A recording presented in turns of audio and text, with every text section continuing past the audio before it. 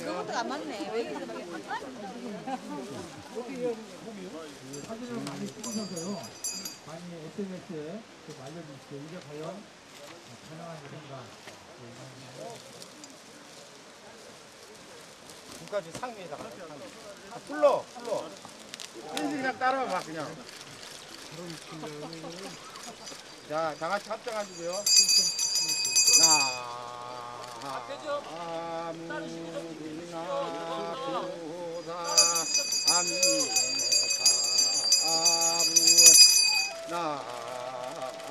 나무가는 대지 양대 오지반야와라 밀가지대 진주지대 명주 시무 상주 시무 등등주 등대일체고 일체구 오설반야와라 밀가주 득설주와라 제아제 바라제 바라승아제 모지사바 아제 바라제 바라승아제 모지사바 아제 바라승아제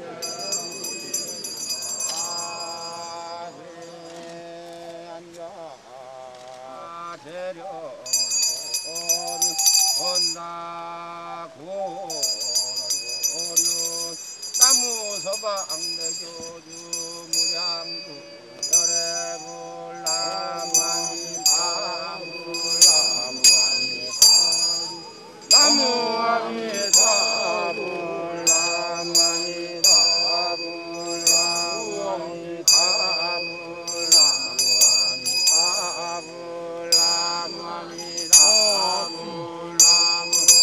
다불나무하니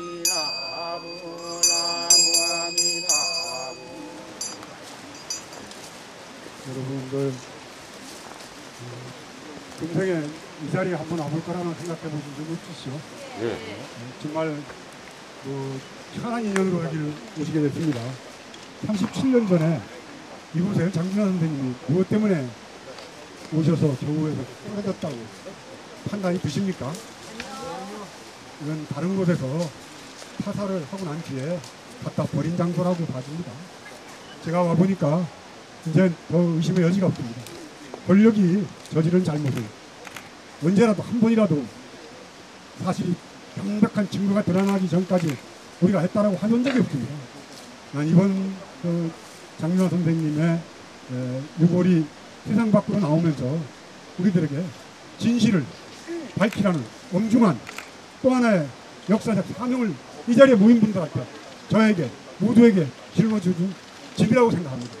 우리 후손들에게 사람 사는 세상, 인간이 인간답게 사는 세상, 정말 억울한 사람이 없이 권력에 함부로 짓밟지 않는 그런 세상 만들어 주라는 소명을 이 자리에 참석한 여러분들에게 다 짊어지셨고 우연히 오셨지만은 여러분들은 할 수 없이 이 자리에 온 인연으로 그 짐을 짊어지고 가셔야지 됩니다.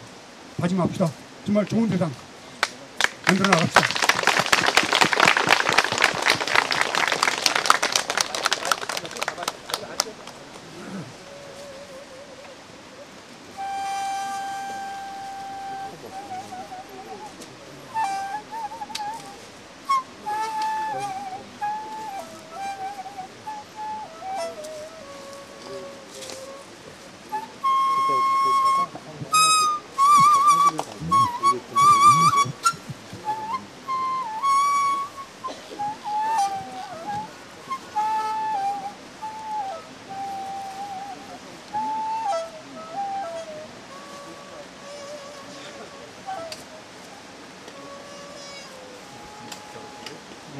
저 다시 뵙게 되니까 정말 고맙습니다.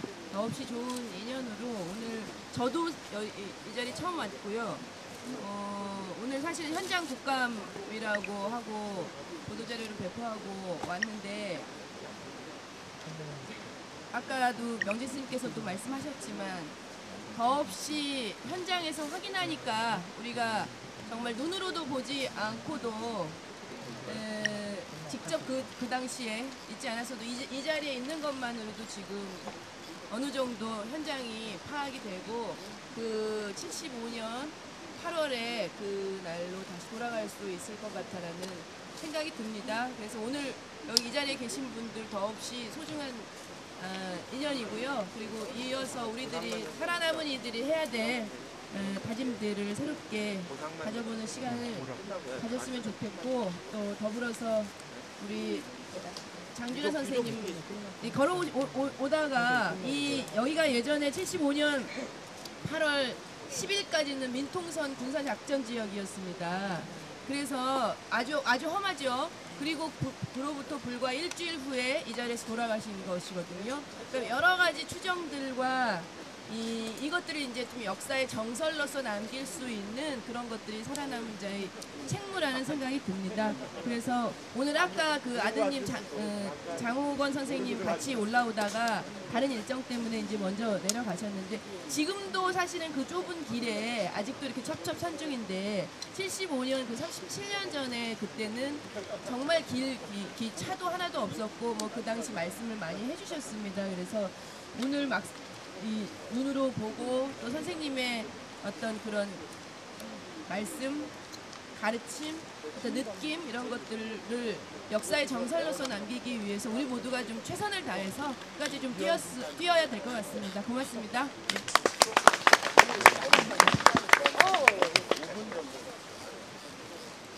네. 지금 여기 현장에 지금 여기 우리 서상섭 의원님 서 있는 자리, 그 자리가 바로 장준하 선생님이 눕혀져 있었다는 검안 바위입니다. 네, 그러니까 그 사람들한테 알려져 있는 게 검안 바위, 그러니까 검안 바위가 무슨 뜻인지 모르시는데, 검안 눈으로 봤다 이러는 게 검안하다.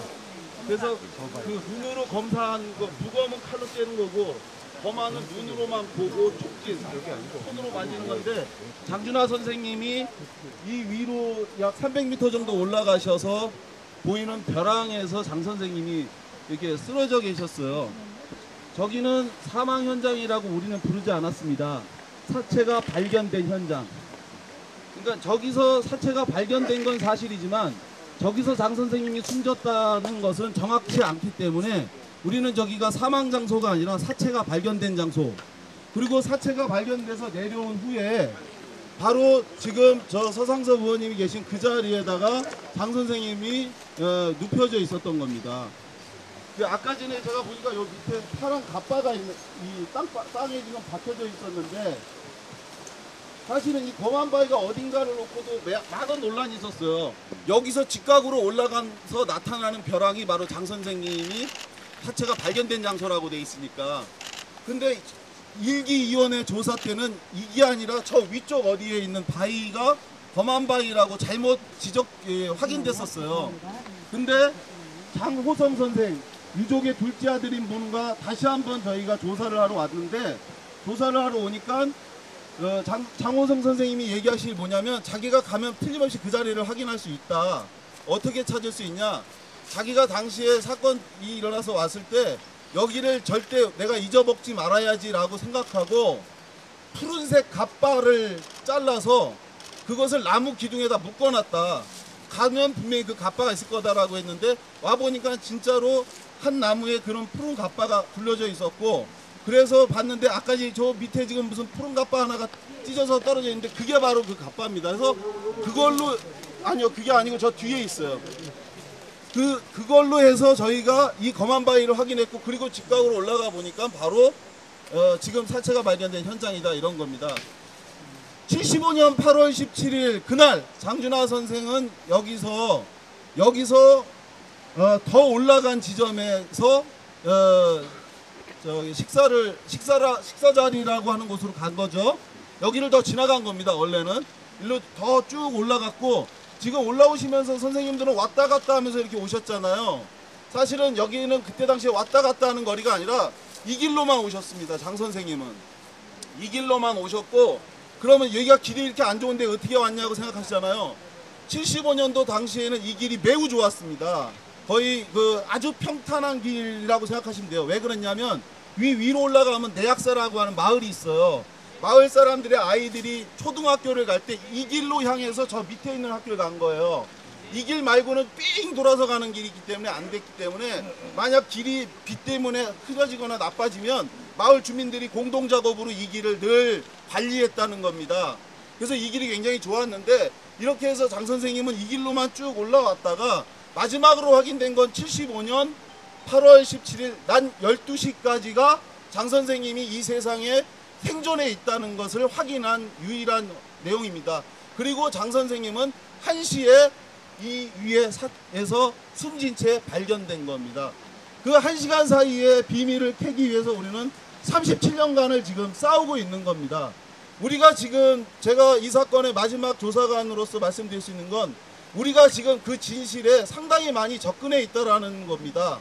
제가 당시 조사하면서 3가지에 대한 의문이 풀리지 않았었는데 그 3가지 의문에 대한 것이 이번에 그 유골이 드러나고 확인하는 과정에서 많은 부분에 대한 이해가 다시 생겼어요.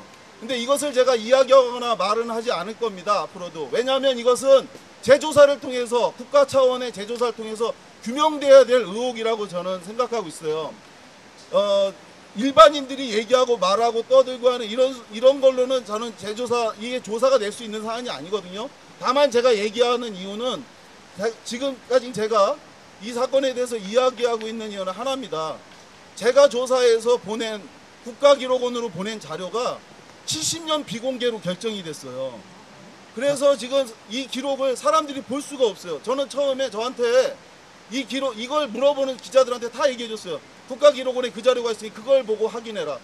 제가 그걸 얘기하는 건 적절치 않은 것 같다. 근데 돌아온 답변이 70년 비공개로 결정됐다는 이야기를 MBC 기자 이용주라는 사람이 저한테 전화를 해줬길래 그날 제가 결심을 했습니다. 제가 이야기하지 않을 수 없는 상황이 왔구나. 새누리당과 박근혜 후보는 사실이 아닌 김용한 이 목격자의 주장을 가지고 다 조사했고 추락하는 것을 본 목격자가 있는데 뭐가 의심이냐라고 얘기를 하잖아요. 그게 아닌데 그걸 알 수 있는 길은 국가기록원에 있는 자료밖에 없는데 그거를 알 수가 없고 또 설령 그 기록이 다 풀려도 사실은 또 어려운 문제가 있어요. 2만 쪽 분량을 누가 국민들이 일일이 다 볼 수 있겠습니까? 그래서 저는 이것에 대해서 국민들이 알아야 될 것은 당연한 권리다. 유신 시대에 부정한 불법적인 방법으로 한 개인의 도감청을 통해 획득한 불법적 정보이기 때문에 이러한 시대가 다시 돌아오지 않기 위해서는 이러한 불법적 행위가 국민들에게 알려져야 된다는 게 제 생각입니다. 근데 이것을 공개하지 않겠다는 건 그 불법적 행위를 여전히 지속하겠다고 하는 의지의 표현밖에 되지 않습니다. 그래서 저는 이것이 다시 재조사될 수 있을 때까지 제가 해야 될 장준하 선생님께 아까 절하면서 제가 마음속으로 약속했습니다. 제가 선생님을 잊지 않겠다고, 기억하겠다고. 제가 기억하고 여러분들이 기억하신다면 이 사건은 반드시 규명될 겁니다. 고맙습니다.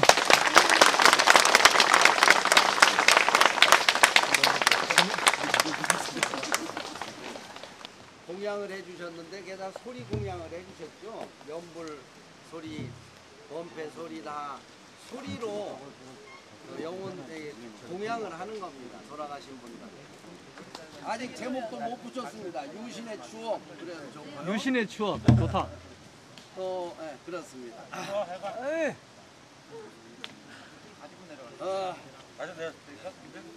그럼 소리 한번 올리겠습니다. 추임새를 넣으셔야 돼요.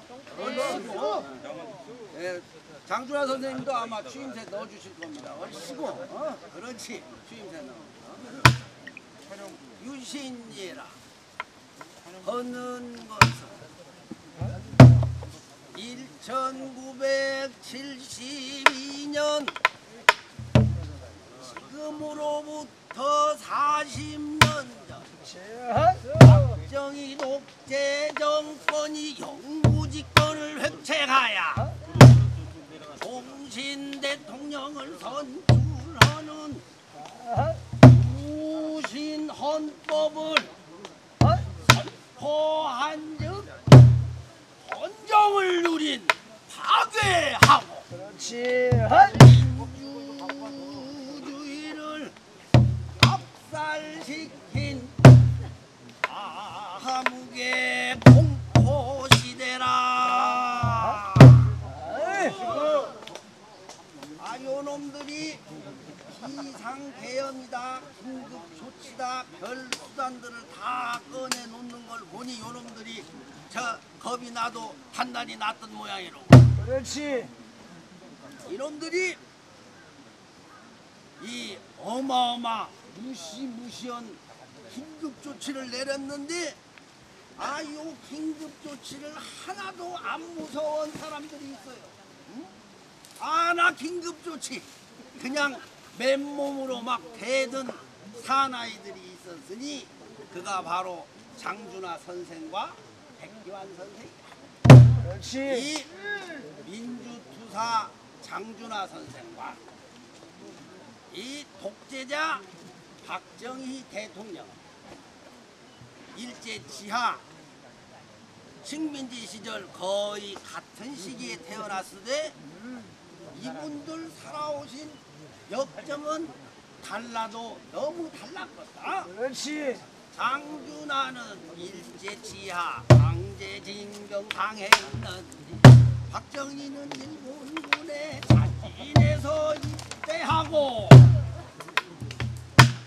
장준하가 병영을 탈출 강복군에 합류할 때 박정희는 일본군 주위로 독립군을 때려잡는 앞잡이가 되었더라.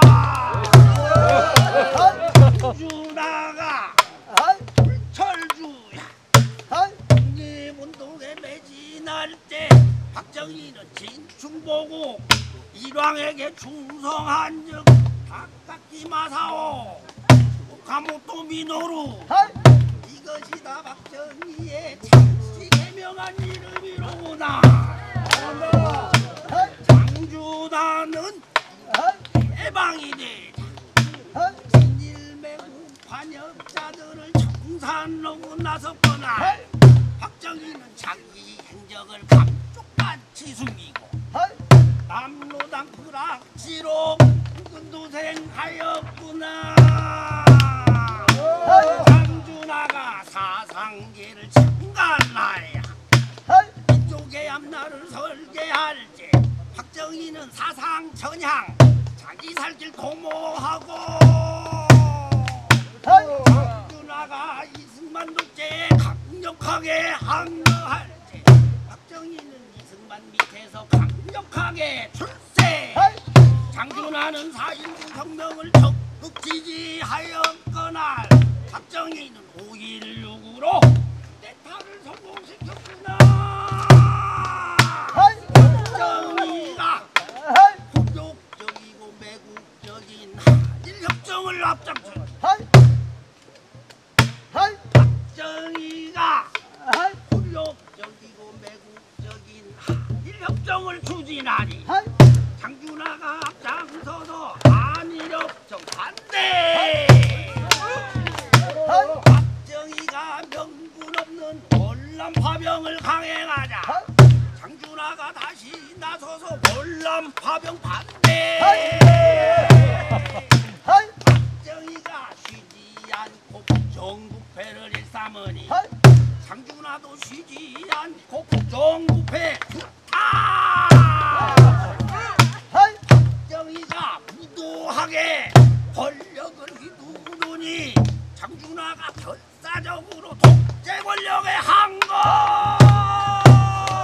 박정희가 삼선개헌 장기집권 획책하자 장준하 필사적으로 삼선개헌 반대 장기집권 반대. 이야 박정희가 상사태를 선포 유신헌법을 공포하니 장준하 거동보소 유신헌법 개정 100만인 서명운동을 전개하는데 불과 일주일 만에 수십만 명이 서명을 걸어지라. 다급해진 박정희가 처방을 내놓는다. 긴급 조치다.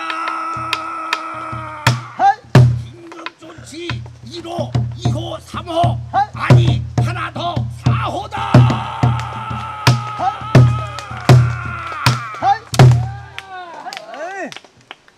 요렇게 여러분들이 긴급 조치를 막 내려놓고 그도 안 돼가지고 아마 선생님을 이렇게 만들어 놨던가 보더라. 이 벼락을 쫓아가 맞을 놈들 같은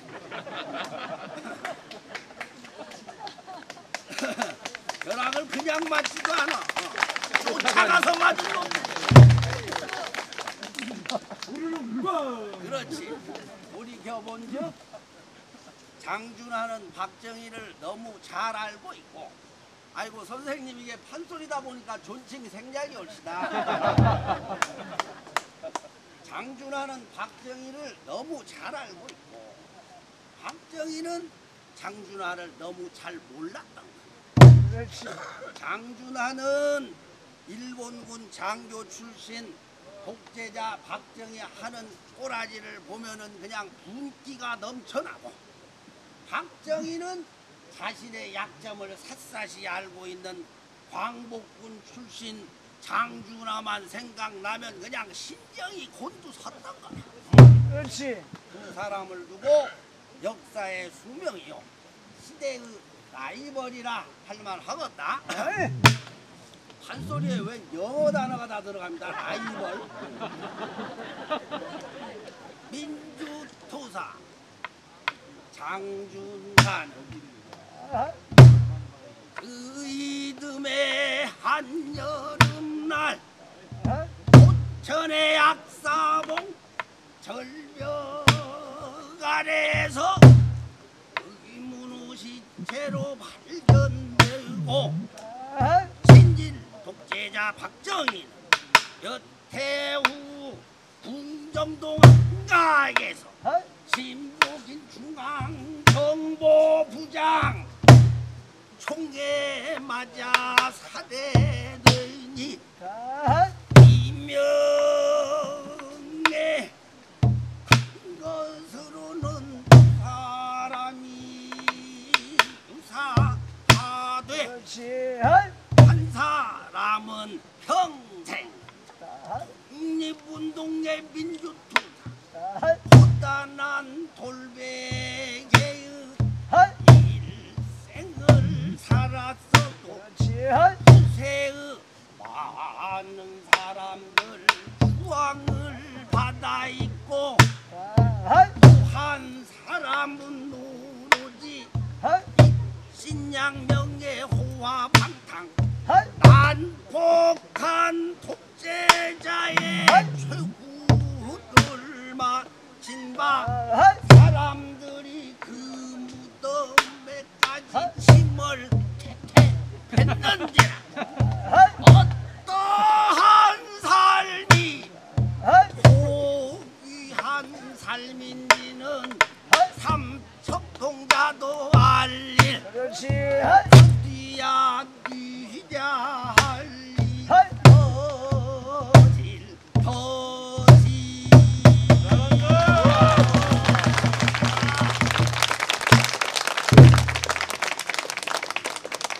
찾아주셔서 정말 고맙습니다. 그리고 여기 와 보니까 정말 마음이 아픕니다. 어떻게 이런 곳에서 저희 아버님이 돌아가실 수 있었는지, 또 그렇기 때문에 또 역사가 이렇게 한동안 저희가 힘들고 어려운 세월을 살게 된 것 같습니다. 오늘 여러분들이 이렇게 찾아주셔서 이제부터는 저희가 밝은 세상, 좋은 세상 되기를 기원합니다. 감사합니다.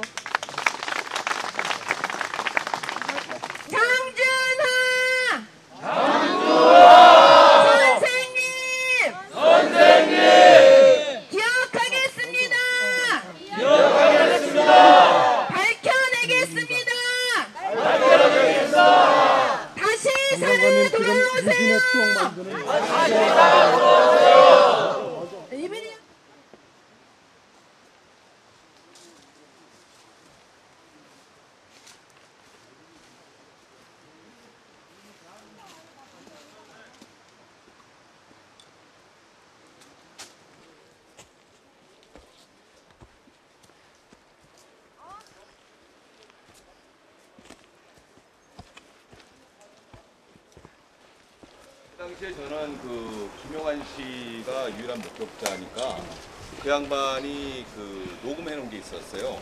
그 당시에 유가족이랑 몇 분들이 그 당시 나는 이렇게 했었다라고 그것에 근거해서 이 산행을 했었고 전문 등산 팀들이랑 저 위에까지 올라서 내려와 봤어요. 근데 도저히 내려올 수가 없었어요.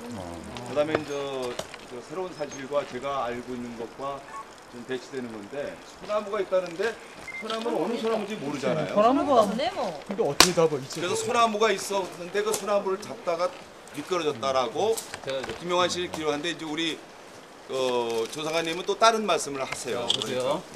자, 여러분들한테 지금 재밌는 말씀 드릴게요. 저 나무 보이시죠? 네, 소나무. 그 나무가 지금은 저 나무가 지금 저렇게 썩어서 버린 나무인데 제가 2003년 4년에 왔을 때 저 나무는 싱싱한 나무였는데 저렇게 돼 있었어요. 넘어간 게. 그러니까 오면 사람들은 다 저 나무가 그건가 보다 찌찌찌 막 이러기도 하고 그랬어요.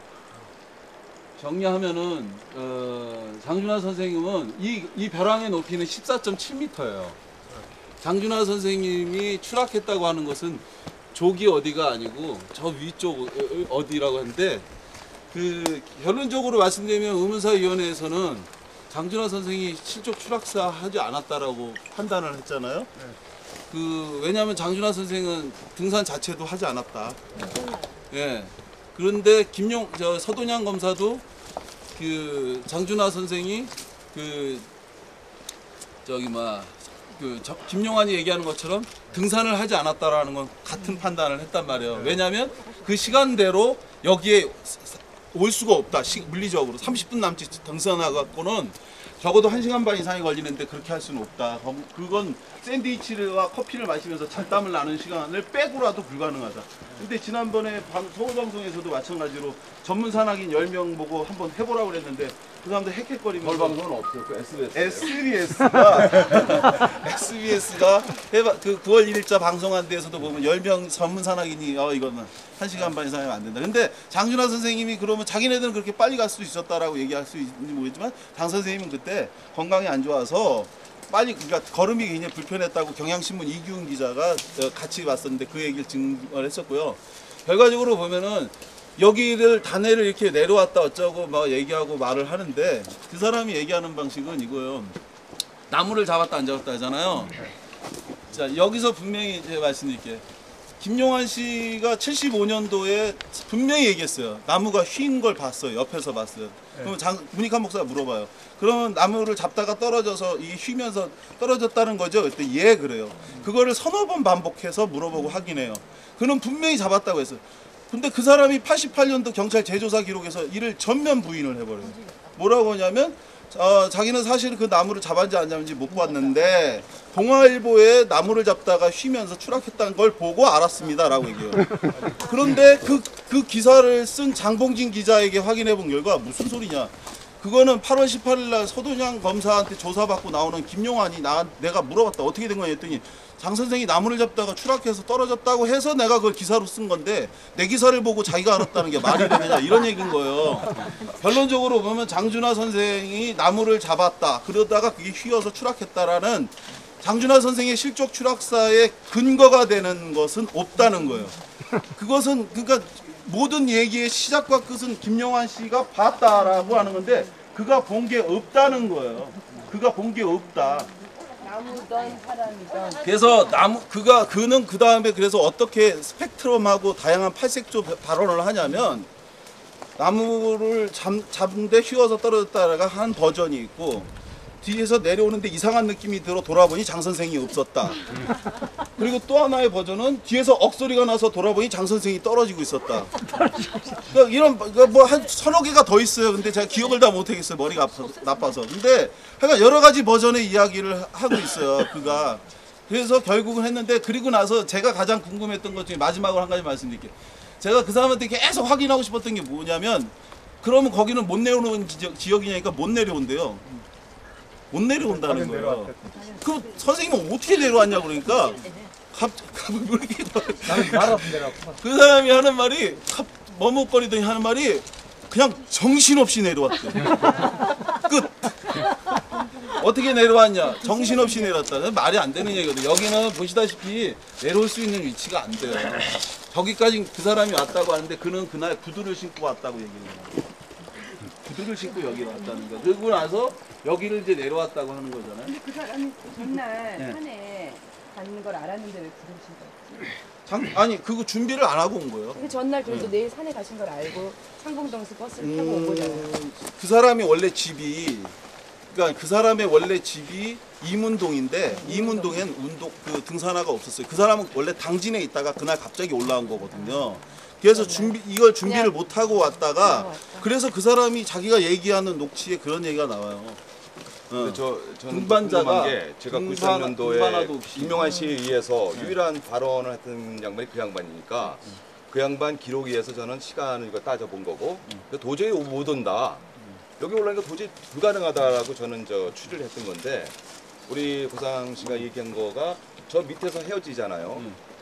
장선님 어디 갔어요? 그랬더니 올라갔다 그래서 본인은 김용환 씨는 따라서 같이 갔다 그래서 이 산으로 올라갔다 그러는데 우리 고 조사관님은 그게 아니고 그 다른 그 왔던 김일호 씨에 의하면 다른 데로 갔다라고 그런 말씀을 하셨어요. 그게 무슨 얘기예요? 지금 여기 밑에가 이제 물가가 이렇게 돼 있잖아요. 우리가 지금 있는 곳은 여기고 지금 여기고 이게 이제 물이 흐르고 있잖아요. 조금만 해도 언제까지 장준하 선생이 식사 자리에 도착한 후에 12시에 도착을 했고 그리고 나서 장 선생님이 등산을 더 하겠다고 올라갔다고 그랬잖아요. 10분 뒤미쳐 김용환 씨가 따라 올라왔다는 거예요. 12시 10분쯤이겠죠. 그리고 나서 김일호 씨한테 물어봤어요. 장 선생님 어디 가셨냐고. 근데 산에 갔다고 더 보러 가신다고. 그래서 김용환 씨가 따라갔다는 거예요. 김일호 씨를 조사하는데 김일호 씨가 근데 자기가 지금도 이해가 안 가는 게 있다라는 얘기를 하더라고요. 근데 사실은 제가 여기를 설명하기가 어려워서 그래서 제가 사실은 얘기를 안 했던 게 있는데 조사한 결과를 뭐냐면 김일호 씨 얘기하는 게 이상한 게 뭐냐면 자기는 처음에 사건이 났다고 했을 때 이 산에서 저 산에서 났다는 줄 알았대요 자기는. 장 선생님이 숨지었다고 하는 것이 저긴 줄 알았대요. 왜냐하면 자기가 김일호 씨한테 얘기해 준 곳은 이 길이 아니라 장 선생님이 이 길로 저쪽 길로 갔다. 저쪽 소록길로 올라갔다. 그리고 글로 올라갔는데 사고는 왜 여기서 난 건지 이해가 안 간다라는 얘기를 하더라고요.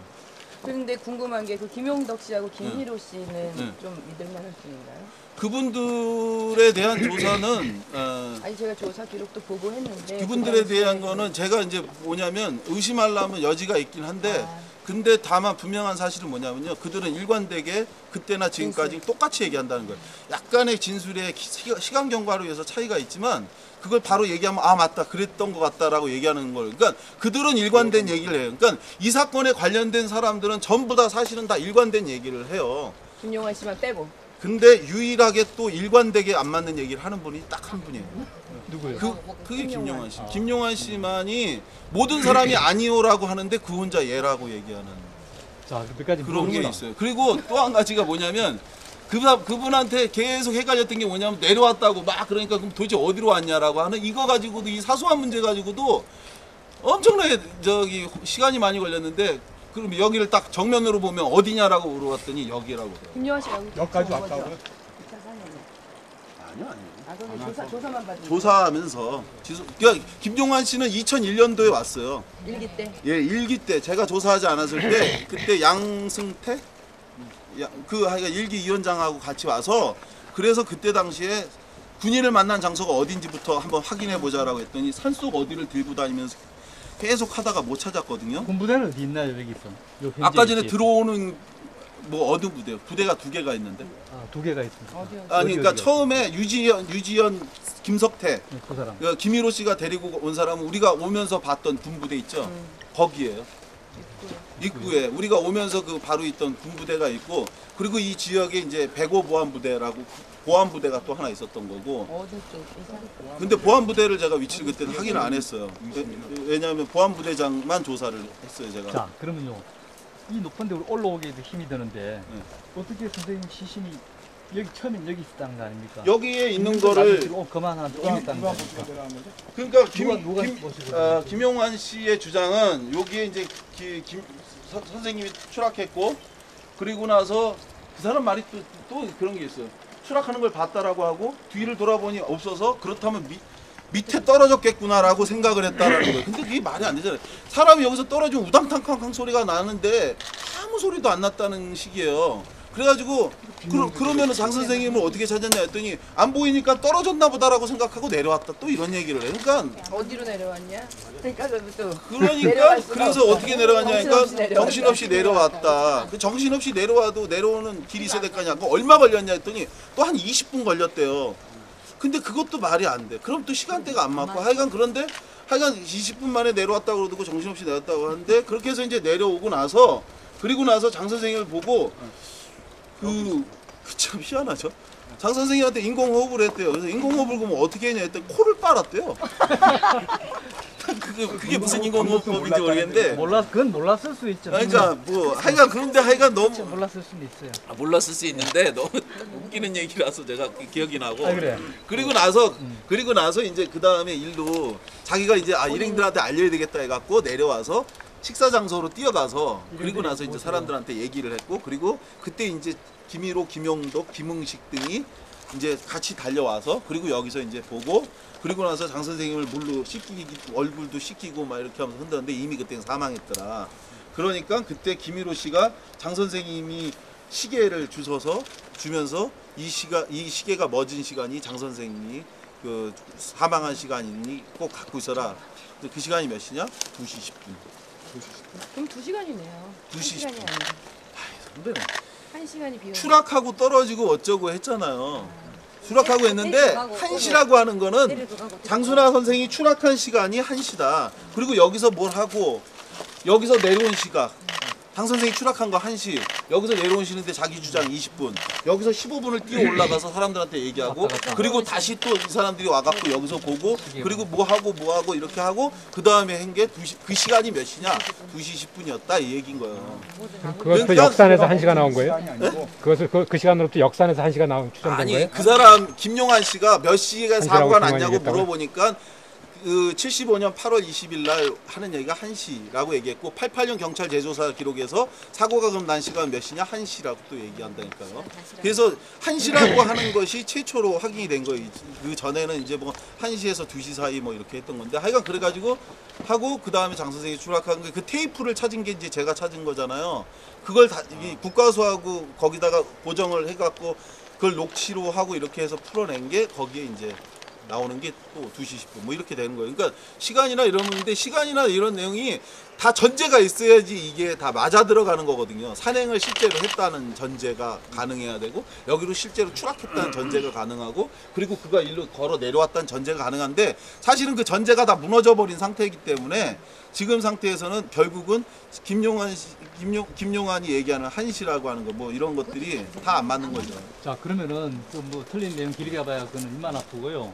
과거에 대해서는 조사 불능으로 결론을 내렸지만은 고형이 그러면은 조사관으로서 증인들 만나보고 현장에 와보고 자료 검색해보고 해서 최종적으로 그 양반이 왜 여기 누워 있었을까요? 어떻게 된 거예요? 그거는요 제가 아니 잠깐만요. 그건 조사가 안 됐어요. 조사가 안 됐기 때문에 그 부분에 대한 추가 조사를 해야 된다라는 게 지금 제가 드리는 말씀의 내용이에요. 그러니까 제가 지금 드리는 이야기의 모든 내용은 그래서 범인이 아무개다라는 얘기를 하기 위해서 제가 이렇게 쭉 얘기하는 게 아니라 이 사건이 모든 의혹이 다 규명됐는데 왜 또 재조사를 하자고 하냐라는 거에 대한 걸 반박하기 위해서 얘기하는 거예요. 저는 아까 전에도 말씀드렸지만 이 사건이 재조사돼야 하는 이유가 크게 두 가지예요. 두 사람의 억울함을 해결해 주기 위해서라도 국가는 반드시 해야 된다. 하나는 당연히 장준하 선생입니다. 장준하 선생이 정말로 실족사에 있는지 추락사에 있는지 사고사를 했는지 타살됐는지를 확인하게 해주는 것. 그래서 그의 죽음의 원인이 무엇인지를 그 가족이 알 수 있도록 하는 것. 두 번째는 김용환 씨를 위해서도 반드시 조사가 돼야 된다. 그는 지금 세인들의 모든 사람으로부터 의혹의 대상이 되고 있고 중심이 되고 있어요. 근데 그는 저하고 조사하면서 내내 억울함을 주장했고 자기의 말이 사실이라고 얘기했어요. 그래서 전직 검사도 자기를 불리하게 얘기하고 경찰도 자기한테 사실이 아닌 얘기를 하고 있다고 말을 했고 중앙정보부 문서도 조작됐다라고 얘기를 했어요. 근데 그렇게 그 사람이 얘기한다면 그의 억울함을 풀어주기 위해서라도, 그래서 그가 주장하는 게 진짜 사실인지 아닌지를 확인하기 위해서라도 저는 국가가 재조사를 해야 된다. 그 얘기를 하기 위해서 저는 말을 하고 있는 거지. 그래서 김용환 그는 거짓말쟁이니까 그가 범인입니다를 얘기하려고 제가 이렇게 얘기하는 게 아니라는 거예요. 그래서 반드시 이게 국가적으로 재조사가 돼야 될 이유, 근거. 그러면 그때 당시에 제대로 조사해서 다 하면 되지 않았냐? 말씀드렸잖아요. 2가지가 안 돼서 못했다니까요. 6월 감정이 안 됐다. 근데 6월 이번에 나왔고 우리가 의심했던 대로 진짜로 이렇게 6cm의 타격흔이 나온 거죠. 그러면 이제 이것이 재조사를 해야 될 분명한 이유 중에 하나가 해결된 거예요. 그러면 또 하나가 뭐냐? 국가기록, 그러니까 중앙정보부와 기무사령부가 조난하고 있는 문서를 봐야 되는데 그 문서를 대한민국의 7급 공무원들이 열쇠를 쥐고 안 내주고 있어서 우리가 못 보고 있는 거예요. 여길 들어갈 수 있는 실지 조사권이 담긴 특별법이 만들어져야 된다. 그래서 우리가 실제로 문서가 있는지 없는지를 알 수 있게 해야 된다. 그 얘기를 하려고 제가 말을 하는 겁니다. 제가 조사한 결과에 대해서는 사실은 조사한 범주 내에서만 말씀을 드리고 있는 거예요. 제 개인 의견을 물어보시는데 그거는 제가 드릴 수 있는 얘기가 아니고 앞으로 조사를 통해서 규명해야 될 남은 숙제였습니다. 일간조선에 가서 인터뷰하면서 불만을 제기했던 게 뭐였냐면 자기 친인척까지 조사를 하면서 이런 반인륜적으로 반인권적으로 나를 했다라고 했는데 사실은 그 가족들한테 우리가 확인하고 싶었던 내용이 있었던 거예요. 뭐였냐면 그 운반선이 진짜로 있었는지를 물어보고 싶었던 거예요. 확인한 결과 그거는 1964년도에 처분됐던 거예요. 그러니까 그 사람은 왜 이런 사실이 아닌 얘기를 하고 도대체 그 기간 동안에 무슨 돈으로 어떻게 살았고 했는지가 전혀 나오질 않아요. 그래서 제가 말씀드린 거예요. 진짜 모르겠어요.